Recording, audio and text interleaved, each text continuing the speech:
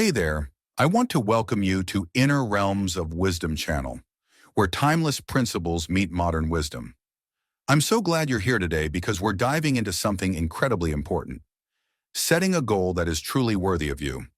Now you might be thinking, what exactly does worthy of me mean? It's a great question, and we're going to unpack it in today's conversation.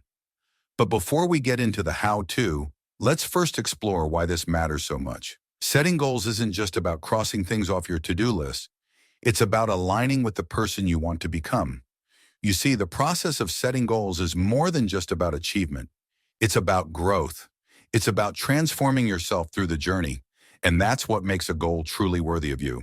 When I talk about a goal being worthy of you, I'm talking about something far beyond just getting by or checking a box.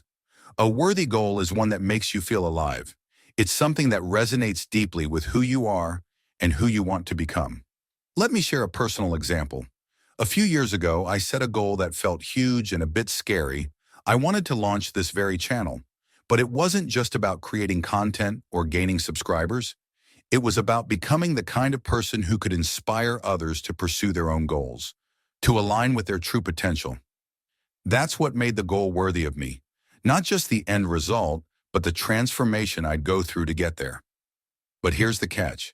This type of goal requires you to push beyond what's comfortable.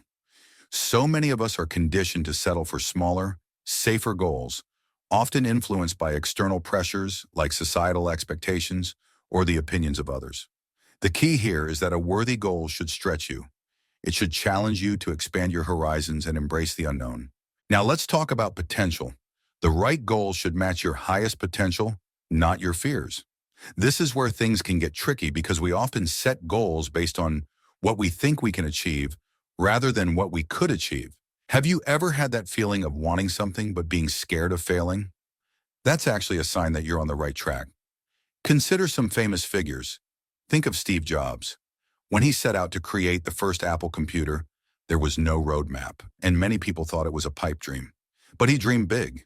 His goal didn't just challenge him to create a company, it pushed him to innovate in ways that would change the world. Your goal, too, should make you a little nervous, a little scared. But that fear isn't a barrier, it's a signpost. It's telling you you're about to level up. And that's exactly where you want to be. You may be asking, that sounds great, but how do I actually set such a big goal? Well, the first step is understanding why it matters to you. This is crucial. Because if you don't have a solid why, your goal will be easily swayed by obstacles, distractions, or self-doubt. Let me give you an example. Think of an athlete training for the Olympics. Their goal isn't just to win a medal. It's tied to something deeper.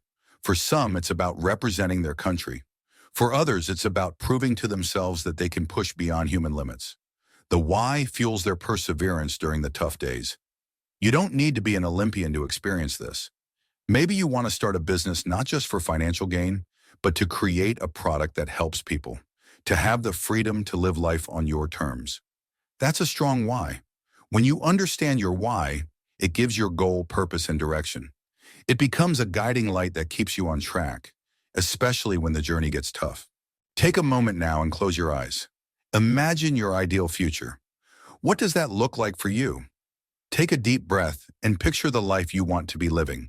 5, 10, or even 20 years from now. Think about what you've achieved. But more importantly, think about who you've become. Are you more confident, more resilient? Are you a better leader, a better version of yourself?